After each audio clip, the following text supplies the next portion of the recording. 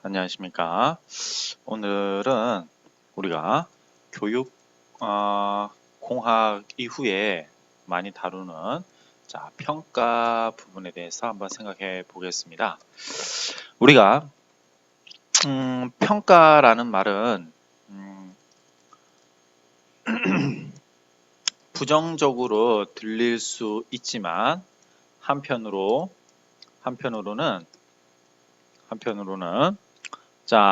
앞으로 나아가야 할 방향을 정립해 준다라는 측면에서 정립하는 측면에서 긍정적인 기능도 있습니다. 물론 어떻게 보면 지금 현재의 상태를 파악해서 문제점을 도출해 내려고 하는 그런 측면이 좀 더 강조되는 것이지요. 그죠? 그런데 이러한 평가의 목적과는 별개로 우리는 평가라는 말을 들으면 굉장히 불안해집니다. 그죠? 여러분들이 평가라고 했을 때 평가라는 말을 들었을 때 떠오르는 단어는 무엇이 있을까요? 한번 생각해 봅시다. 평가하면 딱딱 떠오르는 단어. 우선은 우리가 수행평가도 있을 수 있고요. 중간고사, 기말고사, 또는 형성평가, 총괄평가, 쪽지시험도 있고요. 또 뭐도 있습니까? 점수도 있을 수 있죠. 그리고 100점이라는 것도 나올 수 있고요. 또 평가하면 뭡니까? 또 분석이 나올 수 있고 성적표라는 말도 다 함께 나올 수 있습니다. 그죠? 그래서 측정이라는 말도 나올 수 있겠죠? 그래요. 여기서 제가 말씀드리고자 하는 바는 이렇게 다양한 개념들이 서로 사실은 이렇게 다양한 개념이 사실은 어떠한 긍정적인 발전을 목표로 한다라는 점이죠. 우리 평가는 그러니까 어떻게 보면 긍정적인 발전을 목표로 하는 거라고 보시면 됩니다. 우리는 여기에서 말하면 이제 평가 그 자체가 사실은 나쁜 게 아니라요. 이 평가를 다른 사람들이 알게 됨으로써 그 사람들한테 비판을 받을까봐 하는 두려움 때문에 평가를 받기를 두려워하는 것이죠. 이해가시죠? 예를 들어 보겠습니다. 여러분 중간고사를 보고 나서 성적표를 어머니나 아버지께 갖다 드리기가 되게 껄끄러울 때가 있습니다. 시험을 잘 보면 물론 당당하게 성적표를 보여드리겠지만 그렇지 못했을 경우에는 어땠죠? 그렇죠? 성적표를 가져가기가 되게 두렵습니다. 그리고 무슨 말을 들을 것만 같아요. 그런데 꼭 그런 말들이 어떻습니까? 여러분들의 마음을 상처 주죠. 그렇습니다. 이것만큼 평가는 굉장히 중요한데요. 그렇다면 두 번째, 우리가 첫 번째 이 평가의 어떤 용어의 어떤 대략적인 개념들에 대해서 한번 알아봤고요. 두 번째로는 왜 하필 교육 분야에서 그죠? 평가라는 개념이 도입되었을까라는 겁니다. 다시요. 우리 평가라는 것은 어떤 개념이 있다고 했습니까? 나의 부족함을 드러냄. 그럼으로써 그죠? 타인의 비판의 대상이 될 수 있다라는 것이죠. 그래서 우리가 정서적으로는 굉장하게 평가받는 것을 싫어하는데요. 왜 그런데 이렇게 학생이죠, 여러분들. 그죠? 이렇게 교육을 받는 학생들에게 스트레스를 주기까지 하는 이 평가가 왜 교육 분야에 있냐 이 말입니다. 여러 가지를 생각해 볼 수 있겠죠. 그죠? 우선은 교육은 일종의 우리가 인풋입니다. 그죠? 교육은 인풋이면 결국에 어떤 체제 내에서 우리가 아웃풋 또는 아웃컴, 결과에 대해 우리가 판가름을 내야 됩니다. 이 말이 무슨 말이냐면, 자, 우리가 어떠한 교육 내용을 가르칩니다. 이것을 우리가 인풋이라고 할 수 있어요. 그죠? 자, 이것을 우리가 이렇게 볼 수 있죠. teach다. 티칭을 하는 것이다. 그렇습니까? 그죠? ing죠. 자, 그러면 자, 교육 내용을 가르쳤습니다. 그죠? 자, 그래서 이 가르친 내용을 테스트를 합니다. 이게 검증이죠. 이게 또 평가고요. 그렇습니까?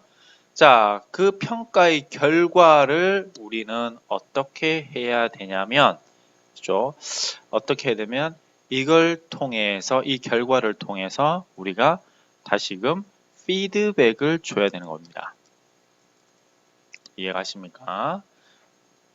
즉, 이 말이 무슨 말이냐면, 이렇게 단순하게 결과만을 내는 것은 큰 의미가 없다라고 생각이 드는 겁니다. 결국에는 이 피드백을 받기 위해서 평가를 하게 되는 거지요. 그렇습니까? 자, 그러나 조금 평가가는 다릅니다. 좀 있으면 말씀을 드리겠지만, 자, 선발을 위한 평가관이 있는가 하면, 자, 선발보다는 우리가 얼마만큼 형성이 되었는지 이러한 발달적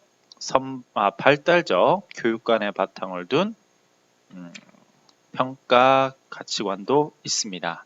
자, 그렇다면 이러한 의문을 바탕으로 우리가 교육평가 개념부터 차례대로 들어가 보죠. 자, 그래서 오늘 여러분들과 해야 되는 우리의 학습 목표는 평가 개념에 대해서 알고 또는 교육관에 따른 평가관이 있습니다. 방금 말씀드렸듯이 선발적 교육관이라든지 발달적 교육관이라든지요. 자, 이런 것들에 대한 그 평가관이 있을 수 있겠죠? 자, 그리고 평가하면 우리가 빼놓을 수 없는 것이 바로 신뢰도와 타당도예요. 신뢰도와 타당도. 이에 관한 내용도 여러분들 같이 한번 훑어보겠죠. 좋습니다. 그러면서 우리가 조금 평가의 이러한 종류 같은 것들도 한번 알아보도록 하겠습니다. 그래요. 그럼 첫 번째로 여러분 봅시다. 교육평가의 개념 아니죠? 교육평가의 개념이죠. 교육평가의 개념을 한번 알아봅시다. 자, 교육평가는요. 우선 타일러는 우리 교육과정 시간 때 배웠었죠? 그죠? 자, 타일러는 교육평가란 말을 처음 사용하였습니다. 그죠? 자, 교육평가를 목적 달성을 지향하는 학습자의 진보 상태를 평가하는 절차로 정의를 하였다라는 것이죠.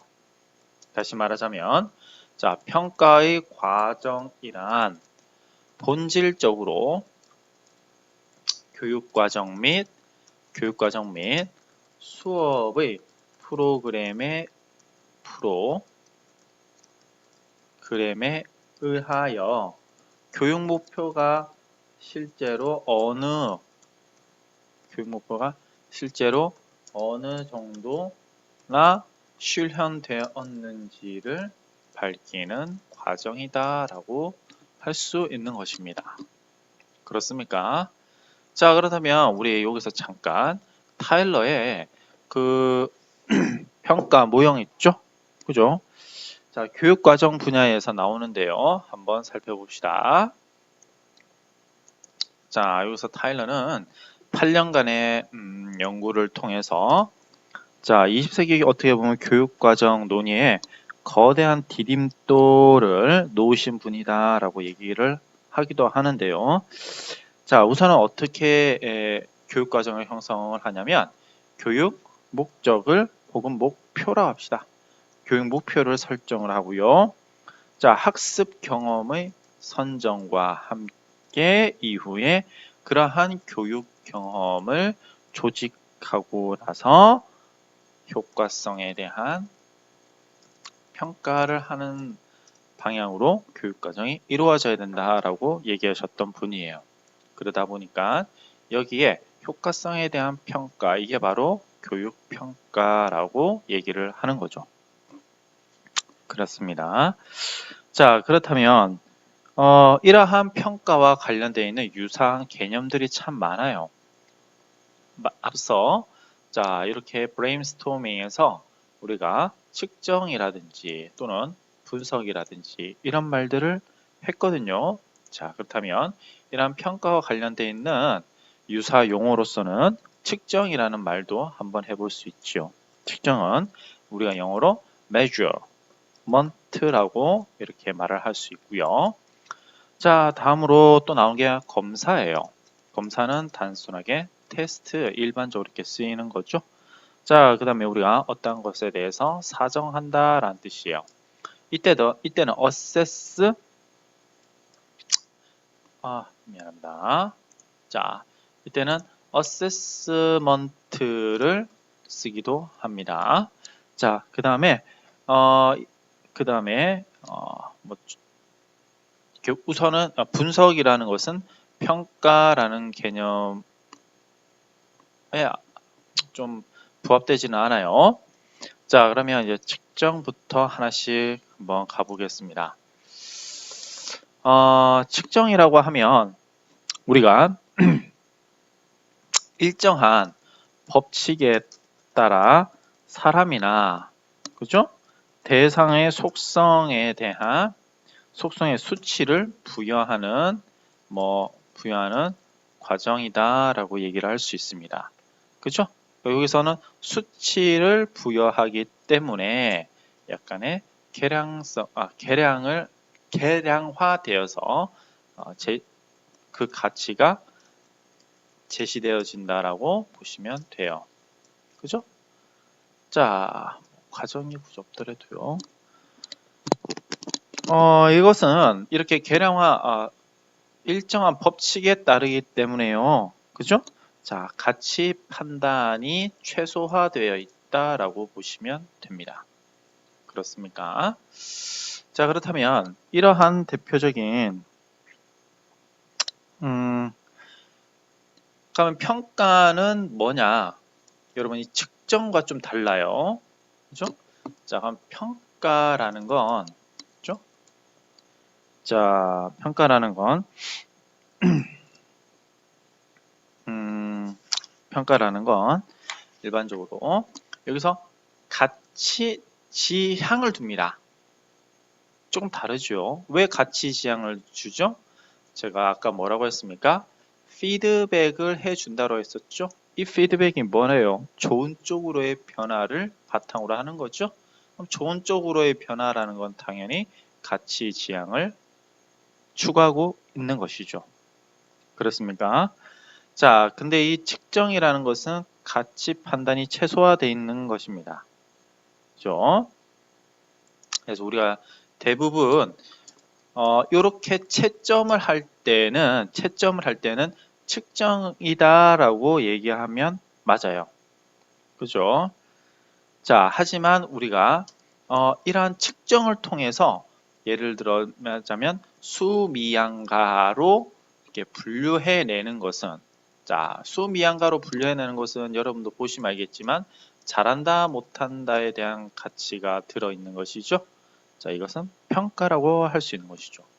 자, 여러분들 어떻게 보면 측정은 일종의 부여하는 과정적 성격이 있는 것이다 라고 보고 이런 측정을 통해서 나타나는 것이 평가더라라고 얘기를 해주시면 돼요. 따라서 평가가 좀 더 광의 개념이라고 보시면 됩니다. 자, 그렇다면 검사는 무엇이냐? 자, 이건 조금 어려운데요. 심리적 특성을 측정하기 위한 도구 또는 혹은 체계적 절차라고 되어 있습니다. 그죠? 자, 요것은요. 일종의 측정 도구예요.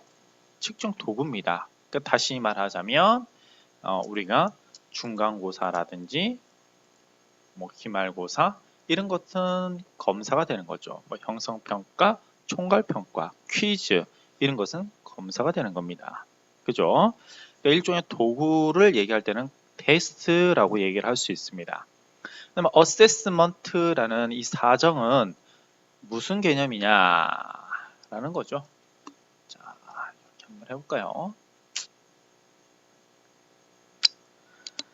자, 사정은 개인에 대한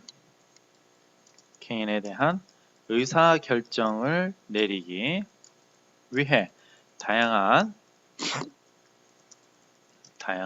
방법으로 자료를 수집하고 종합하는 과정이다라고 말씀드릴 수 있을 것 같아요.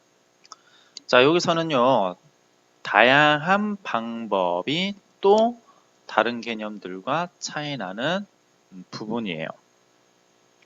그죠? 자, 그래서 여기에서는 좀 더 종합적이고, 그죠? 물론 여기서는 이게 의사 결정을 내리기 때문에 가치 지향이에요.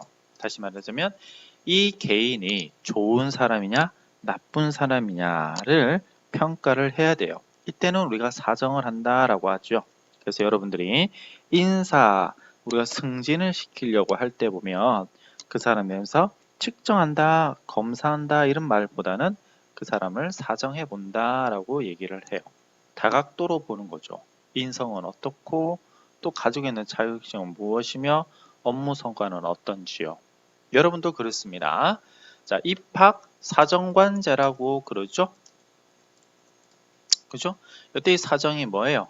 바로 어세스먼트죠. 다시 입학을 하기 위하여 학생의 다양한 부분을 전반적으로 보려고 한다라는 거죠. 자, 이렇게 해서 우리가 이 교육평가의 개념과 유사한 용어들에 대해서 한번 알아봤습니다. 그래서 이런 것들을 여러분들이 잘 한번 새겨볼 수 있도록 하시고요. 자, 그렇다면 이러한 평가는 왜 하냐는 거죠. 그죠? 평가의 목적. 이 평가의 목적은 우리가 교육관에 따라서 좀 달라질 수 있습니다. 어떤 시험 같은 경우는 수능 같은 거 봅시다. 수능이나 모의고사는요, 분명히 성격이 다릅니다. 비슷한 검사 도구를 가지고 있지만 또한 자, 학생의 수학 능력을 측정하지만 다른 목적을 가지고 있어요. 그죠? 다시요. 자, 월별 우리가 모의평가와 분명히 자, 대학 수학 능력 시험은 문제 유형이나 또는 문제의 수 등등은 비슷하지만 평가의 목적이 상당히 다르다고 할 수 있습니다. 월별 모의평가는 모르는 부분에 대해서 중간중간 점검하고 이러한 점검을 통해서 앞으로 나아가려고 하는 형성평가의 개념인 반면에 대학 수학 능력 시험은 물론 형성평가로 볼 수도 있겠죠. 근데 그렇게 되면 참 1년 동안을 다시 공부해야 되잖아요. 그죠? 이것은 선발의 개념이 있는 겁니다. 따라서 자, 대학 수학 능력 시험은 약간의 선발적 이렇게 한번 해봅시다. 선발적 교육관을 바탕으로 한다라면 자, 월별 모의평가 같은 경우는 발달적 교육관을 바탕으로 하는 것이 좀 더 타당한 목적에 부합한 것이 아니냐라는 것이죠. 자, 그렇다면 자, 그러면 여기 한번 봅시다. 평가의 목적이 뭐가 있니? 라는 겁니다. 우선은요, 교육 목적에 대한 달성도를 한번 평가해 본다라고 볼 수 있죠. 우리가 학습 목표를 얼마만큼 학생들이 이해했는지, 분명 그러기 위해서는 퀴즈라든지 이런 부분들이 필요하겠죠. 자, 다음에 교사의 학습 지도에 대한 반성이 됩니다. 다시 이것은 학생에 대한 평가일 뿐만이 아니라 그 학생을 담당하고 있는 교사에 대한 평가도 되는 것입니다. 여러분들, 학생이 공부를 하지 못한다라고 하면 그 학생을 가르치고 있는 선생님도 문제가 분명히 있다라고 교육계는 얘기할 수 있습니다. 그죠? 자, 또 우리가 이 평가의 목적이라는 것은 학생의 진로 지도를 위한 자료 수집으로도 사용할 수 있습니다. 뿐만 아니라 교육활동 개선을 위한 전반적인 자료 수집을 할 수도 있는 것이죠. 그렇다면 자, 이란 1번을 조금 우리가 다른 관점에서 본다라면 자, 이렇게도 볼 수 있어요. 첫 번째, 학생 평가도 될 수 있고 또는 교사 평가도 될 수 있고 학교 평가도 될 수 있으며 학교 환경의 평가도 될 수 있다라는 것이죠. 자, 그렇다면 학생 평가라는 건 우리가 뭐를 들 수 있습니까? 예를 들면 대표적으로는 자, 우리가 학력 들 수 있죠. 성적, 지능이라든지 적성 또는 성격, 기타 등등을 우리가 평가의 대상으로 한번 볼 수 있고요. 자, 이렇게 교사 평가는 또 뭐가 있습니까? 그죠? 교사의 지도 방법이 가장 대표적으로 교사를 평가하는 척도가 될 수 있습니다. 또는 얼마만큼의 내용을 알고 있는지 또는 지도 능력이라고도 할 수 있겠죠. 다음에 학교 평가는 또 뭐가 있을 수 있습니까? 예를 들면 학교 우리 보면 시설 평가라는 것이 있죠. 그죠? 학교 시설이 좋냐 나쁘냐 또 그렇게 얘기해 볼 수도 있고요. 또는 우리 100대 교육 과정을 선정하기도 하는데 학교의 교육 과정이 좋냐 나쁘냐 이런 운영 계획에 가는 것들도 역시 평가의 범주에 들어간다 할 수 있어요. 학교 환경의 평가는 교실이라든지 교사라든지요. 지역적 환경 평가라고 할 수 있죠. 특히 여러분들 지역적 환경이라는 것은 자, 어느 학교는 주변에 공부할 수 있는 시설들이 잘 갖춰져 있어요. 반면에 어느 고등학교 같은 경우는 주변에 놀 만한 시설들이 너무 많아요. 이런 식으로 얘기하는 것도 역시 평가의 개념을 포함하고 있는 담론이라고 할 수 있죠. 그래요. 자, 그렇다면 이러한 평가가 여러 가지로 이루어지는데 이러한 평가를 이렇게 조금 나눠볼 수도 있어요. 선발적 교육관과 우리 발달적 교육관으로요. 이건 여러분들 상당히 중요합니다. 그죠? 자, 이렇게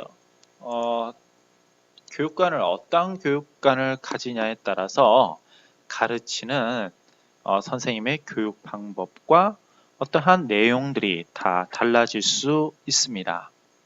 저는 그렇게 생각을 해요. 어떻게 생각을 하냐면 자, 학원에서는 선발적 교육관을 가진다라고 얘기할 수 있고요. 학교에서는 우리가 여러분들이 있는 학교 있죠? 자, 정규 교육과정 내에 있는 학교는 발달적 교육관을 바탕으로 한다라고 할 수 있습니다. 자, 그렇다면 선발적 교육관과 발달적 교육관은 어떻게 차이가 나는지 하나씩 알아봅시다. 자, 그래요. 선발적 교육관, 물론 여기에 발달적 교육관을 써놓고 우리가 대칭시키면서 하나씩 가보죠.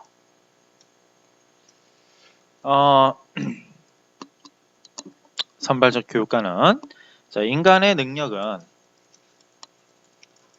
타고난 것, 다시 말하면 선천성을 강조해 줍니다. 그러니까 이 선천적으로 타고 태어난 재능을 발휘할 수 있도록 뭐 환경을 구축해야 되겠지만, 자, 그러한 애들을 뽑아내는 게 필요한 거죠. 그죠? 자, 그래서 얘네들은 자, 이렇게 선천성을 가진 사람은 소수에 불과하기 때문에 얘네들을 선발시켜야 된다라고 얘기하는 것이 바로 선발적 교육관이에요. 따라서 자, 소수의 우수한 우수자를 변별하는 목적을 가지고 있습니다. 그죠? 자, 그래서 이러한 사람들한테 맞는 지위와 보상과 어떻게 보면 교육 서비스를 제공해 주려고 하는 것이 선발적 교육관이에요. 반면에 자, 발달적 교육관은 선발적 교육관과는 다르다고 할 수 있겠죠. 자, 이건 모든 학습자에게 적절한 교수, 학습 방법만 제공하면 자, 누구나 성취를 할 수 있다라고 하는 겁니다. 굉장히 자, 인간적이죠? 그렇습니다. 모든 사람에게 적절한 학습 기회를 제공하여 가능한 한 모든 학습자가 의도한 바의 교육 목표를 달성하도록 하는 이러한 교육관은 조금 맞춰야 될게요. 개개 학생에게 맞는 학습 방법을 제공해 줘야 됩니다. 여기 보세요. 모든 학습자들에게 적절한이라는 말은 그 학습자에 따라서라는 말이기 때문에 우리가 개별 학생이라 합시다. 우리가 개별 수업을 지향한다라고 할 수 있어요. 또 목표 지향의 성격을 지닙니다. 이게 무슨 말이냐면 일정한 학습 후에 학습 결과의 평가에 있어서도 주어진 학습 목표를 어느 정도 달성하였는지를 바라본다는 것이지요. 따라서 이 발달적 교육관은 자, 절대평가에 좀 더 부합된다라고 할 수 있습니다. 반면에 자, 선발적 교육관은요, 상대평가에 좀 더 맞다라고 우리가 얘기할 수 있어요. 그죠? 자, 그렇다면 이것을 바탕으로 자, 좀 더 얘기를 해봅시다.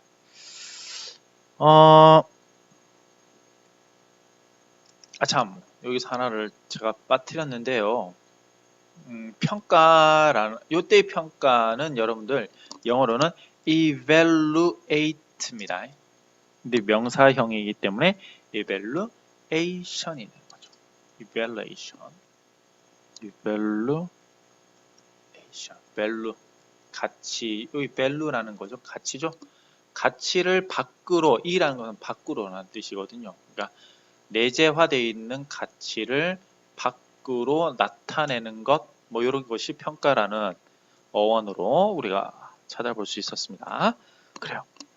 자, 그러면 선발적 교육관과 발달적 교육관에 대해서 한번 살펴봤습니다. 그죠? 자, 이것을 우리 평가관으로 조금 나눠볼 수 있습니다. 그래서 뭐 측정관이다, 평가관이다, 이렇게 총평관이다. 이렇게도 한번 나눠볼 수 있는데요. 자, 이렇게 한번 나눠봅시다. 세 번째로 교육평가관이다. 교육평가관. 교육평가관은 방금 말씀드렸듯이요. 자, 측정관, 두 번째는 평가관, 세 번째는 총평관 이렇게 한번 나눠보겠습니다. 뭐 총평관 가면 이 사정관 뭐 이렇게도 할 수 있습니다. 그죠? 사정관. 근데 사정관이란 말은 잘 안 쓰죠, 여러분들. 총평관 이렇게 씁니다. 그다음에 여기 측정관은 뭐냐? 자, measurement죠. measurement. 자, 평가관은 evaluation이죠. 그죠? 자, 총평관, 사정관은 아까 전반적인 걸 본다고 했죠? assessment예요. 다시요. measurement, evaluation, assessment는 우리가 이렇게 교육평가의 개념에서 한번 용어, 비슷한 용어를 해서 다뤄봤습니다. 그죠? 자, 사정은 전반적인 걸 보는 거고요. 자, 평가관은 가치 지향적이라고 했었죠? 자, 측정관은 뭡니까? 가치 중립적이면서도 계량화에 초점을 두는 것이다 라는 거예요. 자, 그러면 이러한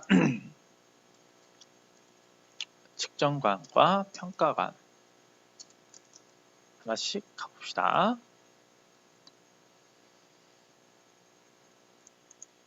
자, 측정관은 모든 실제나 현존하는 거나 인간의 행동 특성은 고정적이고 불변하며 안정이 있다라고 얘기하는 거예요.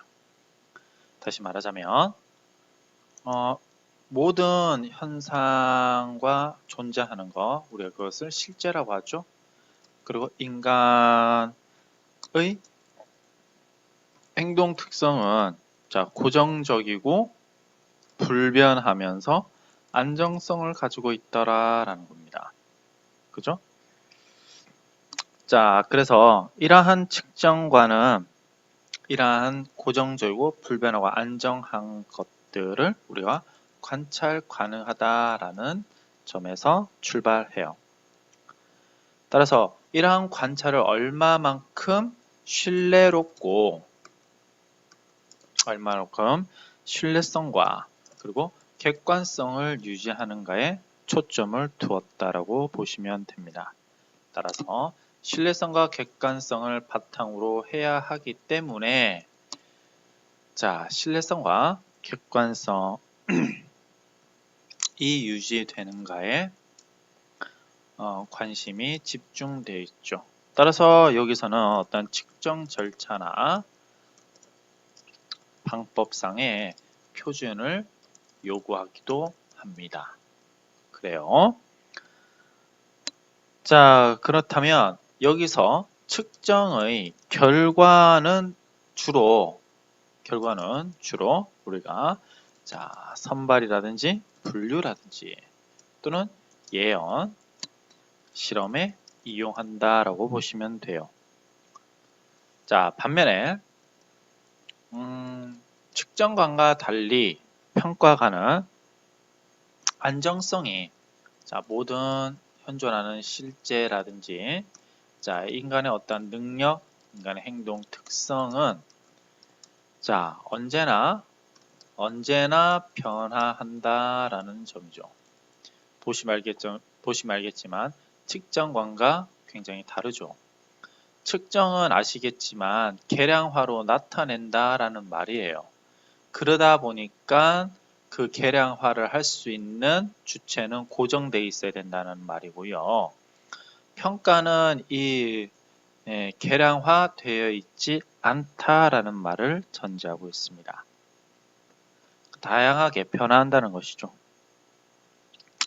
자, 그래서 이러한 평가가는 평가 도구에 자, 여기서는 굉장히 도구가 어떻게 됩니까? 평가 도구가 신뢰롭고 객관성을 바탕으로 해야 되는 객관성이 있어야 되는데 평가관에서의 평가 도구는 내용 타당도와 목표 타당도에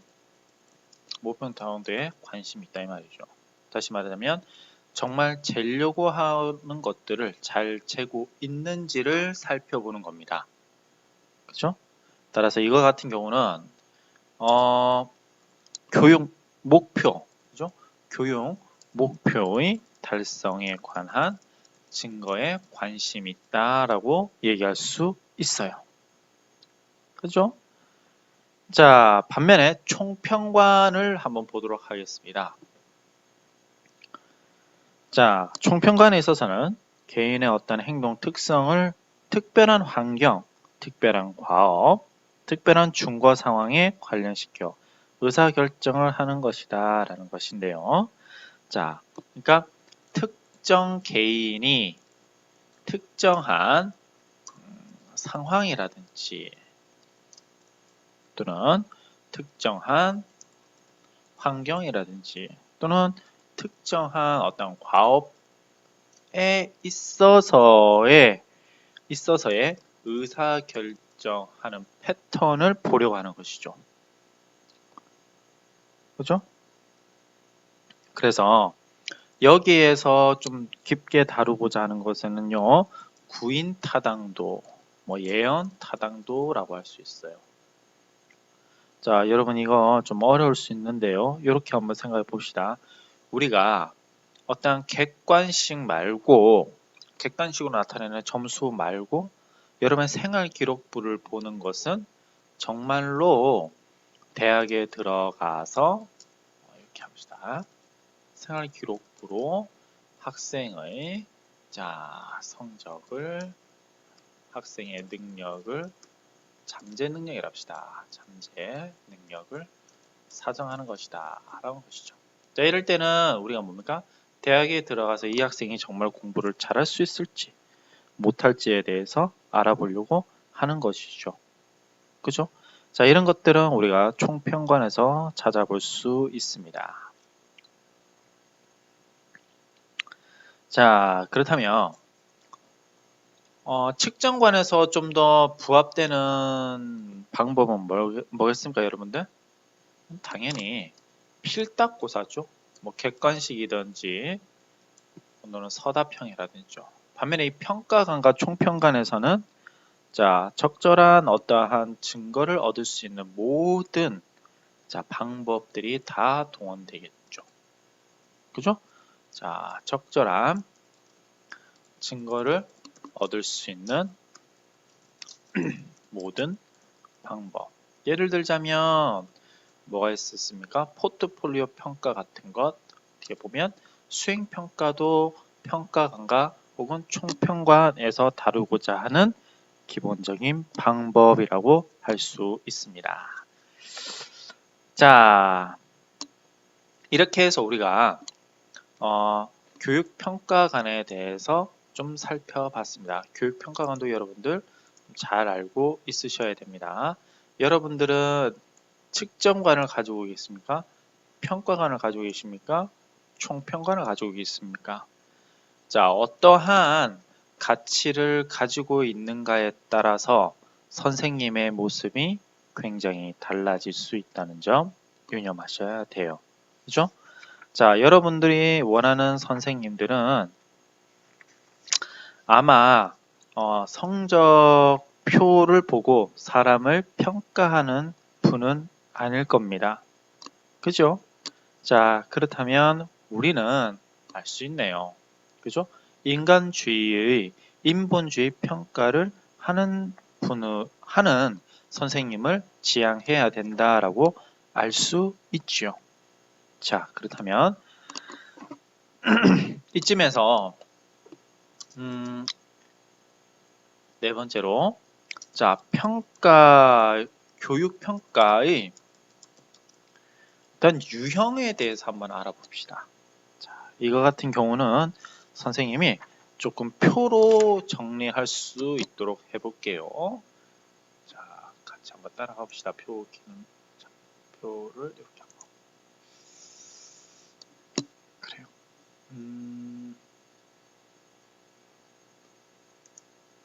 이렇게 놓고요. 하나씩 마치 칠판에 판서를 하는 것과 같이 여러분들도 선생님과 같이 표를 만들면서 하나씩 공부를 해갑시다. 자, 맨 처음에는 우선은 분류를 해봐야 될 것이고 평가 형태도 좀 볼 수 있겠죠. 자, 그 다음에 그에 대한 설명도 봅시다. 처음에는 자, 평가 기준에 따라서 어떻게 나눠 볼 수 있느냐 라는 건데요. 자, 평가 기준. 그래요. 자, 규준 지향 평가가 있고요. 이거 좀 어렵죠, 여러분들? 또는 중거 지향이 있고요. 그다음에 성장 지향이 있을 수 있고요. 능력 지향이 있을 수 있고요. 노력 지향이 있을 수 있어요. 자, 다른 건 모르더라도 여러분들 규준과 중거는 꼭 알고 있어야 됩니다. 이건 굉장하게 많이 쓰는 건데요. 자, 규준 지향은 규준이에요. 규준. 그죠? 자, 규준이니까 상대평가입니다. 이건 여러분들 외우세요. 그냥 어쩔 수 없습니다. 중거예요. 중거는 이것은 절대평가에 맞는 겁니다. 좀 풀어서 얘기하자면 자, 구체적인 영역이나 목표에 비추어 점수를 해석하는 거예요. 그죠? 그러니까 여기 보면 구체적인 영역과 목표가 있지요. 그죠? 다시 말하자면 우리가 여기에 도달했냐 못했냐라는 걸 나타내거든요. 다음에 규준지향 평가는 상대적인 기준에 비추어 점수를 해석한다라고 보시면 됩니다. 자, 이게 어려울 수 있는데요. 자, 규준지향 평가와 중거지향 평가는 여러분들 선생님이 되려고 하는 임용시험에서 굉장히 자주 나오는 거예요. 자, 그래서 선생님이 표를 하나 그려보겠습니다. 좀 어렵더라도 여러분들 잘 따라와 주세요. 그래요. 봅시다. 네.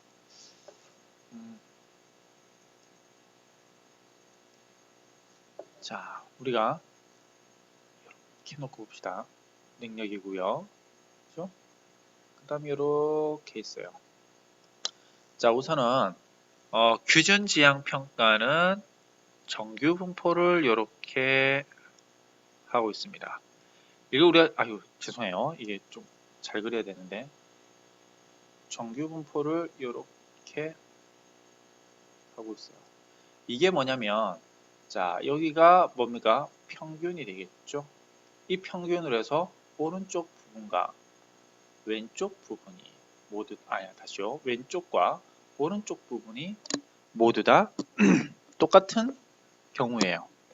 그렇습니까? 자, 그렇죠. 다시 여기에 0이라고 했을 때 공부를 제일 못하는 학생에서부터 공부를 제일 잘하는 학생에 이르기까지 평균 50으로 한번 볼까요? 자, 그러면 이 50점을 기준으로 해서 좌우 날개가 정말 똑같이 나와 있는 걸 규준 지향이라고 그래요. 그죠? 자, 그러면 중거 지향은 뭐라고 하냐? 자, 이건 한쪽이 이렇게 쭉 올라갔다가 급격하게 떨어집니다. 자, 반대로 한쪽이 쭉 낮았다가 급격하게 다른 쪽에서 올라갔다가 내려오죠. 자, 이거 같은 경우는 꼬리가 플러스 쪽에 있으면 이것은 자, 점적 편포라고 그래요. 노란색은 우리가 자, 편포라고 합니다. 왜 편포라고 하냐면 자, 포라는 거 하는 것은 이렇게 퍼져 있다라는 말인데요. 자, 편중되어서 퍼져 있다라는 말이 되는 거죠. 반면에 자, 이렇게 종 모양으로 되어 있는 걸 우리가 정규 분포다라고 얘기합니다. 다시요. 좀 글씨를 정규 분포다라는 뜻이요. 자, 쉽게 말하자면 규칙적으로 정갈하게 규칙화되어 있다라는 말이에요. 그러니까 이거 같은 경우는 이렇게 뭡니까? 서로 간에 상대적인 위치를 바라볼 수 있는 것이기 때문에 상대평가한테 유리한 것이고, 반면에 자, 편포라는 것은 뭐가 되는 겁니까? 예를 들자면 이런 거죠. 80점 이상이 넘어야 돼. 여기가 한 80점입니다. 80점 이상이 모두 넘어야 된다라고 했을 때는 자, 이 정규 분포가 낫겠어요? 아니면 편포가 낫겠어요? 편포가 낫죠. 이렇게 하면 이 80점 넘은 아이들 모두는 통과. 자, 이것은 절대평가에 맞아요? 아니면 상대평가에 맞습니까? 절대평가에 맞는 거죠. 절대평가예요. 자, 이렇게 해서 준거 지향과 규준 지향에 대해서 한번 알아봤는데요. 이것은 상대평가이냐 절대평가이냐에 따라서 우리가 또 나눠볼 수 있었습니다. 좋아요.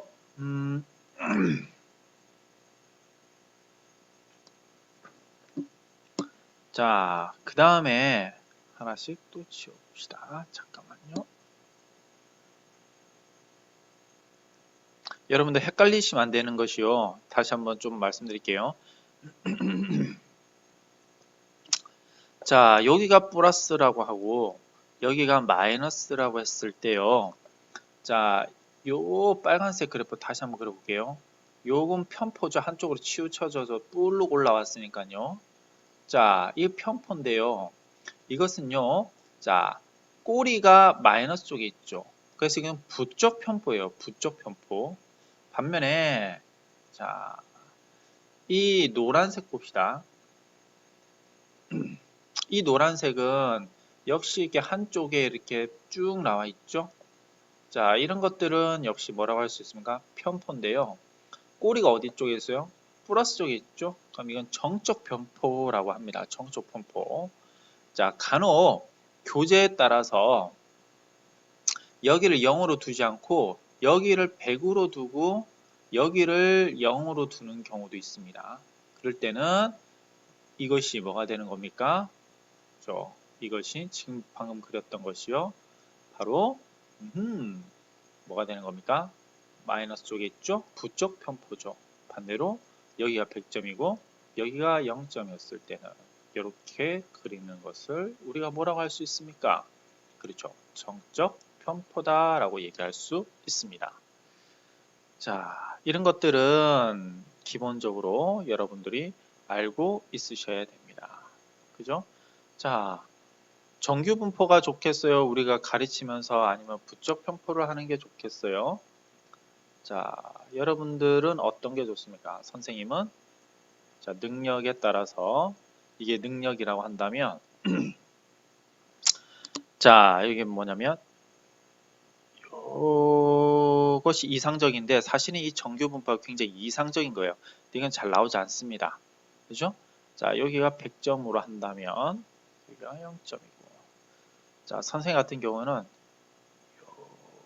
이렇게 모든 학생들이 다 이랬으면 좋겠어요. 여기가 80점 이상. 그죠?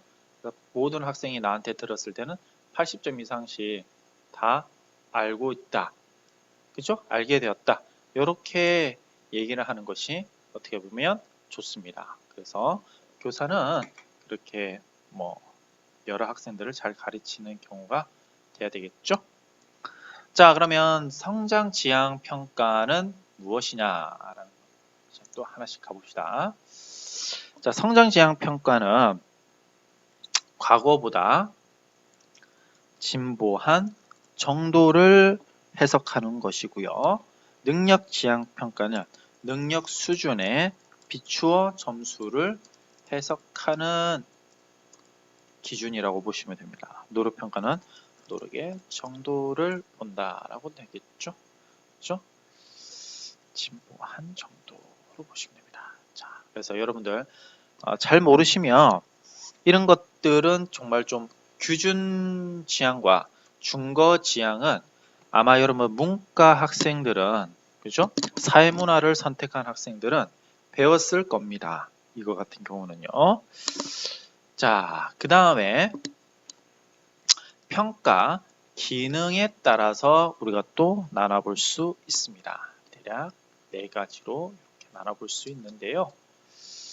자, 평가 기능에 따라서 나눠지는 건 우리가 뭐 정치평가, 그 다음에 진단평가, 그리고 우리가 형성평가, 그 다음에 총괄평가 이렇게 되는데, 이 정치라는 말이 정치인을 뜻할 때의 정치가 아니라요, 배치입니다. 배치.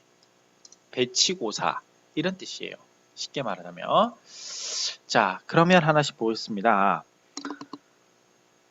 자, 적절한 수업에 배치하기 위해서 하는 것이 우리가 정치평가 이것이고, 진단평가는 학습 실패의 원인을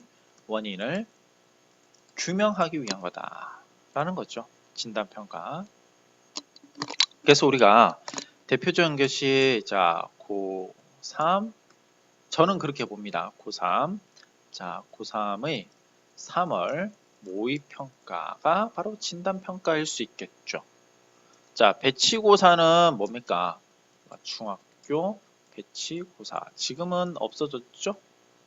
자, 다음에 형성평가 한번 보겠습니다. 형성평가는 교수 방법을 개선하고 학습을 촉진하기 위해서, 다시 말하자면 우리가 배웠던 거에 대해서 알냐 모르냐라는 정보를 수집하기 위해서 하는 것이 형성평가입니다. 총괄평가는요.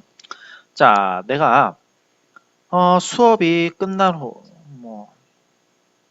수업의 효과에 대한 최종적 판단을 내리기 위해서 하는 것이 총괄평가예요. 그래서 이거 같은 경우는 뭐 기말고사가 총괄평가가 되겠죠. 형성평가는 매월 보는 모의고사 이렇게 보시면 된다겠습니다. 뭐 수능도 총괄평가에 뭐 대학 수학능력 시험도 이제 총괄평가라고 할 수 있겠죠, 여러분들. 그래요. 자, 그러면 우리가 내용에 대해서 다 언급을 할 수 있는 건 아니겠지만, 그렇죠? 몇 가지만 더 말을 해보고 자 넘어가도록 하겠습니다. 자, 우리가 표준화에 대해서도 얘기해 볼 수 있어요. 그죠? 자, 점수가 그러니까 딱 표준화로 되어 있는 시험이 있는가 하면 그렇지 않은 시험도 있죠. 자, 그래서 표준화 시험은 표준화 검사가 있을 수 있고, 또는 자 비표준화, 다시 말하자면 교사 제작한 검사도 있다라고 얘기할 수 있어요. 자, 그래서 이거는 교사 제작하는 건 알 수 있죠. 뭡니까? 교사가 학업 성취를 채우기 위해서 비공식적으로 제작한 설문지라고 얘기할 수 있어요. 자, 행동 성질에 따라서 우리가 또 나눠볼 수 있는데요. 이거 같은 경우는 이렇게 3가지로 좀 나눠볼 수 있을 것 같아요. 뭐냐면 인지적 검사, 그다음에 정의적 검사, 그다음에 우리의 심독적 검사 이렇게 하는데, 인지 검사라는 것은요, 뭐 지능, 뭐 적성뿐만 아니라 학력 검사를 얘기한다 할 수 있고요. 정의적 검사는 뭐 태도 검사, 뭐 ADHA 이런 것들 있죠. 그다음에 흥미 검사, 뭐 진로, 뭐 흥미 검사, 이것은 뭐 정의적 검사를 나타낸다고 할 수 있겠죠. 심동적이라는 것은 신체 능력 검사, 우리 체력장 할 때 심동적 검사다라고 얘기할 수 있습니다. 자, 그리고 표현 양식에 따라서 우리가 또 바꿀 수 있는데요. 자, 근데 여러분들 이런 걸 왜 공부하는 것입니까? 지금 왜 공부하는 거죠, 이걸? 자, 교사는요, 이렇게 전반적으로 평가에 대한 내용을 알고 이를 학생들한테 접목시켜서 그 학생들의 능력을 잘 평가함으로써 앞으로 나아갈 수 있는 방향을 설정해 줘야 되기 때문에 그런 겁니다. 그렇죠? 그래요. 자, 언어성 검사도 있을 수 있고요. 뭐 비언어성 검사. 예를 들자면 글을 몰라요.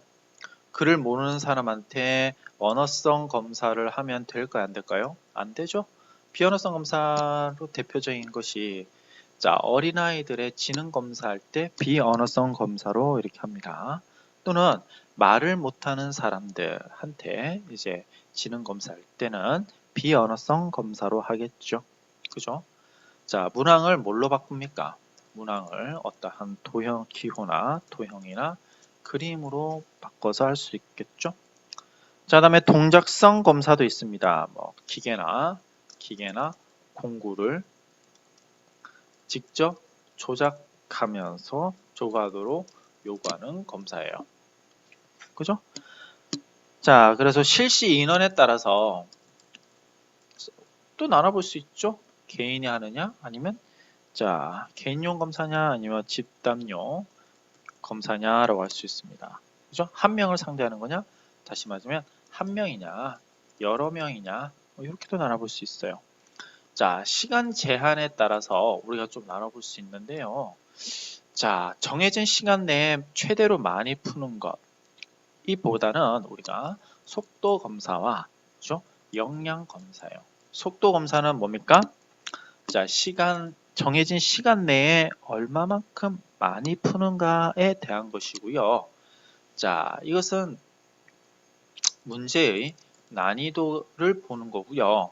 역량 검사는, 속도 검사는 자, 얼마나 많이 푸는가, 해결하는가를 보는 거예요. 그래서 속도 검사는 매우 쉽습니다. 쉬운 과제 문제를 제출하고요. 자, 여기는 어려운 문제를 제출하죠. 어려운 문제를 출제하죠. 그래서 역량 검사 같은 경우는 우리가 논술 같은 걸 얘기해 볼 수 있겠네요. 그 다음에 자료 형태에 따라서도 또 바꿔볼 수 있는데 우리가 이렇게 질적 검사냐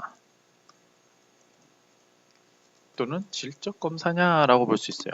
질적 검사는 자, 평가 결과를 계량화, 다시 말하면 수량화 나타내는 것이고요. 질적 검사는 자, 평가 결과를 언어적으로 표현하는데, 다시 말하면 기술하는데 있다라고 보시면 됩니다.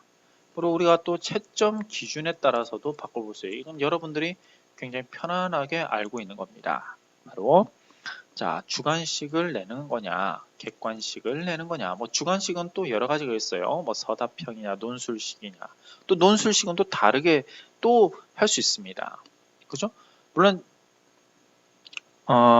그 다음에 여러분들 이거 헷갈리시면 안 되는데 문항의 형식에 따라서도 바뀌어집니다. 자, 문항의 형식에서는 자, 어떻게 바꿀 수 있냐면 선택형이냐 또는 서답형이냐라고 나눠볼 수 있죠. 채점 기준이 객관식과 주관식이고요. 여기서 문항 형식이 선택형과 서답형입니다. 보통은 서답형이 주관식, 보통은요, 요게 이렇게 짝 지어지죠. 주관식이 서답형이고요. 객관식이 선택형이고요. 그죠? 근데 이게 나누는 기준에 따라서 이렇게 표현하는 방식이 달라진다는 것도 여러분들이 조금 알고 계셔야 될 것 같습니다. 그래요. 자, 마지막으로 하나만 더 하고 이제 넘어가죠. 응답 형식에 따라서도 조금 달라져요. 자, 이 같은 경우는 우리가 세 가지로 한번 얘기해 봅시다. 구술이냐, 또는 지필이냐, 또는 실기고사냐, 뭐 실기 이런 경우로 응답 방식에 따라서 조금 달라질 수 있죠. 그래요. 요즘에는 이거 외에도 뭐 수행평가에 대한 내용들도 많이 언급되어지고 있다라고 합니다. 자, 그래요. 우리가 이렇게 해서 교육평가의 유형까지 쭉 알아봤습니다. 그죠? 그래요. 자, 타당도와 신뢰도는 간단하게 한번 알고 넘어가도록 이렇게 하겠습니다. 참, 아까 우리가 학습 목표에 보면 자, 교육평가 개념 평가가 평가의 종류를 했고요. 종류요. 자, 신뢰도와 타당도 마지막으로 한번 해보죠. 자, 타당도와 신뢰도 굉장히 중요한 부분입니다. 그죠? 자, 보겠습니다. 우리가 간단하게 여러분들 보고 넘어갈게요. 자, 타당도라고 하면 개념부터 알고 가죠. 측정 도구가 무엇? 여기서는 what이 되겠죠. 자, 무엇을 측정하려고 하는가에 포커스가 맞춰져 있습니다. 그죠? 자, 반면에 이 신뢰도는요, 무엇이 아니고요, 어떻게에 포커스가 맞춰져 있어요. 측정 도구가 어떻게, 그죠? 봅시다. how죠. 자, 어떻게 일관성 있게 측정하고 있는가라는 거죠. 자, 그래서 자, 예를 들어 보면 수능 때 자, 앞 사람이 발을 떨어서 영어 듣기를 못했습니다 라고 하는 것은 신뢰도의 문제예요. 또는 자, 영어 듣기를 듣는데 지직 소리가 났어요. 신뢰도의 문제입니다. 그런데 문제가 잘못됐어요 라는 말은 타당도의 말이에요.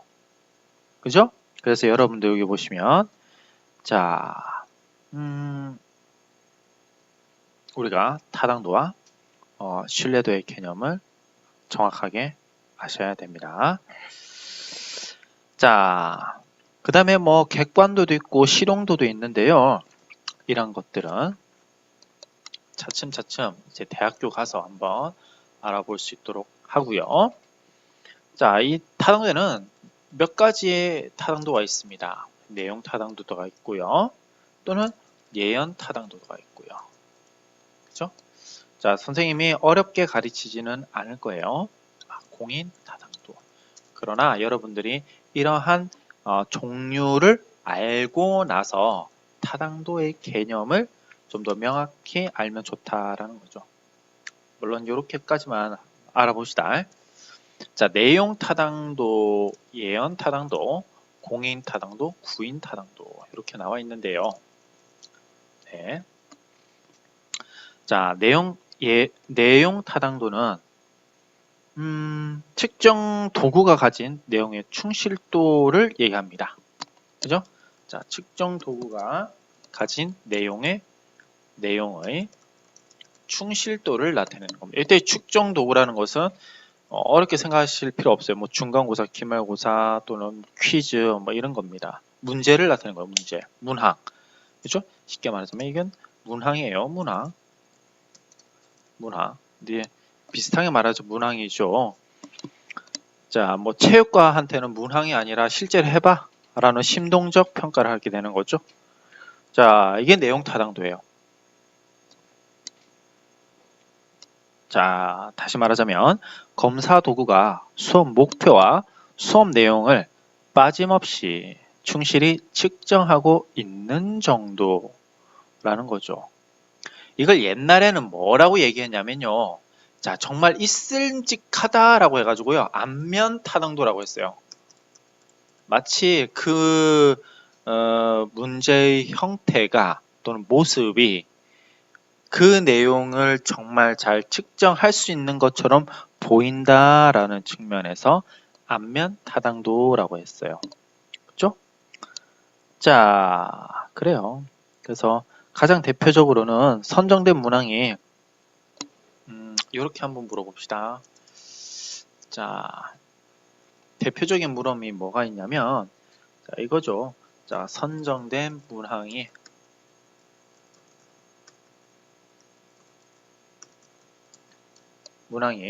교육 목표나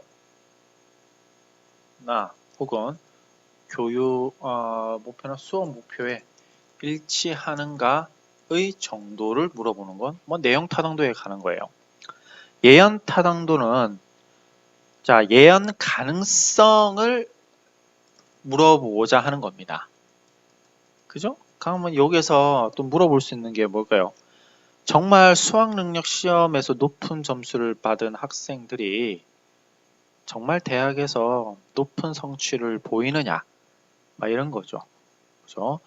자, 그래서 고교 입시 문제와 뭐 국어 시험 이렇게 그냥 한번 해볼까요?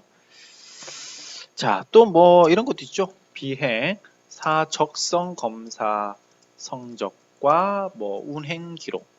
그럴 수 있죠. 어떻게 왜 그렇습니까? 적성 검사에 높은 점수를 받은 사람들은 파일럿은 이렇게 운행 기록이 좀 많은 사람이겠죠. 자, 다음에 공인 타당도입니다. 이거 좀 어려운데요. 자, 공인 타당도는 뭐냐면 x와 y를 대체하는 정도입니다. 그죠? x와 y를 대체하는 정도. 자, 이게 뭐냐면 이렇게 볼 수 있죠. 우리가 토익을 몇 점 받으면 토플 점수와 비슷합니다 라고 얘기할 수 있죠. 이건 공인 타당도예요. 이해가세요? 자, 그런 경우 되게 많아요. 우리가 중간고사와 기말고사 점수를 환산하는 경우가 있습니다. 물론 결실을 했을 때요. 그때는 공인 타당도를 쓰게 됩니다. 자, 근데 이건 조금 말을 복잡하게 하자면 반분 신뢰도 검사를 위해서 이렇게 만든 것인데요. 그렇게 어렵게 생각하지 마시고요. 자, 단순하게 그냥 토익과 탭스, 토플의 점수를 비교해서 전환해주는, 환산해주는 타당도를 나타내더라 공인 타당도입니다. 구인 타당도라는 것은요, 구성 타당도라고 하는데요. 자, 이거 좀 어렵습니다. 가설적으로 개념화한 특성들을 실제 검사 결과와 비교하여 어느 정도 대응하는가에 대한 말입니다. 그죠? 다시 이게 뭐냐면 우리가 여러분한테 어떤 예를 들어줘야 될까요? 이렇게 한번 보겠습니다. 여러분들 자, 어떤 개념체 A가 있어요. 근데 이것은 아직 증명되지가 아직까지는 않았습니다. 증명은 안 됐어요. 하지만 이 증명을 하기 위해서 무수히 많은 뭘 해야 됩니까? 실험을 할 수밖에 없죠. 그죠? 무수히 많은 실험을 할 수밖에 없습니다. 이 실험의 결과가 알파라고 보겠습니다. 이 알파와 이 A가 얼마만큼 일치하는가를 나타내는 게 구인 타당도예요. 그래서 여기서 가설적으로 개념한 특성들을 그죠? 자, 요것이 요걸 나타내고요. 자, 실제 검사 결과가 요거 실험 A가 되는 겁니다. 이렇게. 그죠? 그래서 가설적으로 개념한 특성 이론, 이게 이론이에요, 이론. 이론과 그죠? 실제가 얼마만큼 비슷하게 나타나는가를 재는 게 구인 타당도예요. 그죠? 이해가십니까? 어렵죠? 그죠? 그래서 이론에 대한 그 실험의 타당도를 나타내는 건 구인 타당도더라. 반면에 자, 이렇게 한번 봅시다. 자, 토익이 있고요. 영어 시험 A가 있어요. 이렇게.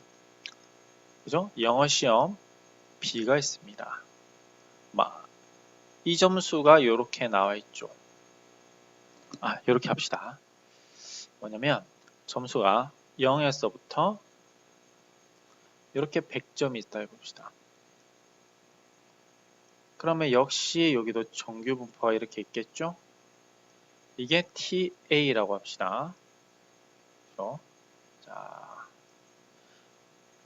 이게 EB를 다른 시험 EB라고 합시다. EB는 이렇게 있다고 합시다. 그죠?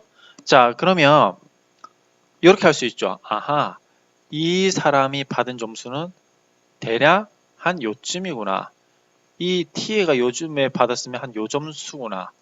이 점수는 이렇게 할 수 있구나. 이런 식으로요.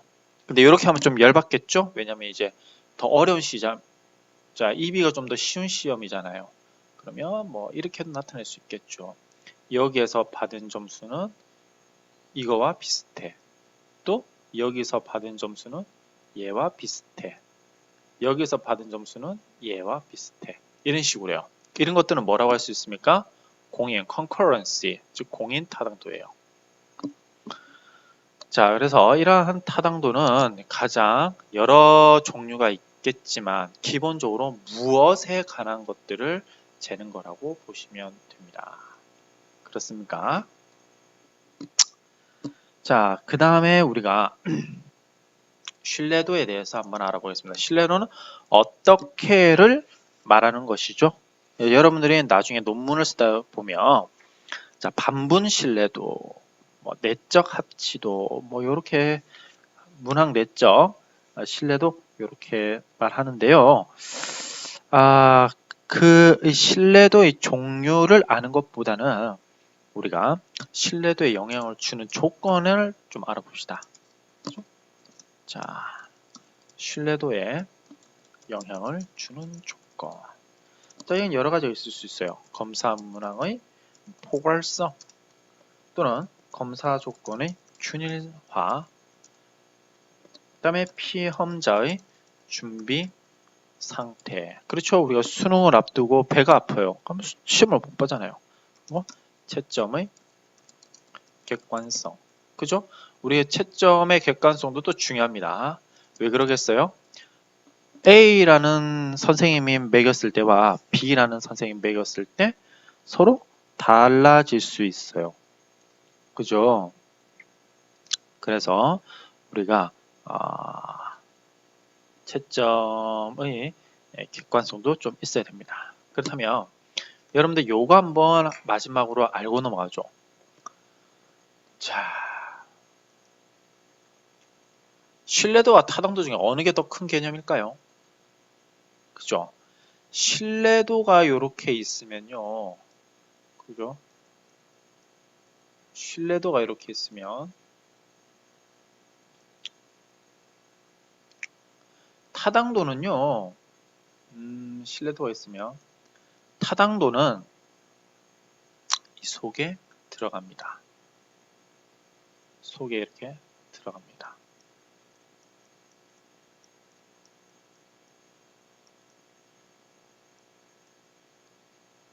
글씨 좀 알아보시겠습니까?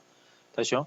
타당도와 다시 이렇게 봅시다. 이렇게 타당도와 신뢰도가 이렇게 있는 것입니다. 이해가시죠? 그래서 우리가 타당한 점수, 물론 이거보다 더 큰 개념이 있습니다. 이거보다 더 큰 개념은 뭘 것 같아요? 그렇죠? 5차 점수까지를 더 큰 우리가 개념은 뭐냐면 이렇게 5차 점수를 포함하는 겁니다. 이게 뭐 5차 점수를 포함한다라고 되어 있는데요. 그죠? 자, 이건 나중에 하더라도요. 자, 그래서 여기 보면 신뢰도가 없으면 타당도도 당연히 없게 되는 거죠. 근데 타당도는 있지만 신뢰도는 없을 수 있지요. 그럼 신뢰도가 없으면 타당도는요, 당연히 없게 되는 거죠. 그죠? 왜냐하면 신뢰도가 좀 더 큰 개념이기 때문에 그렇습니다. 그래요. 항상 그래서 어떤 문제를 출제할 때는 또 그 테스트를 시행할 때는 이 어떻게 해야 되는지 요 내용들을 좀 더 명확하게 해 놓고 나서 이제 타당도에 대한 내용을 봐야 되겠죠. 좋습니다. 자,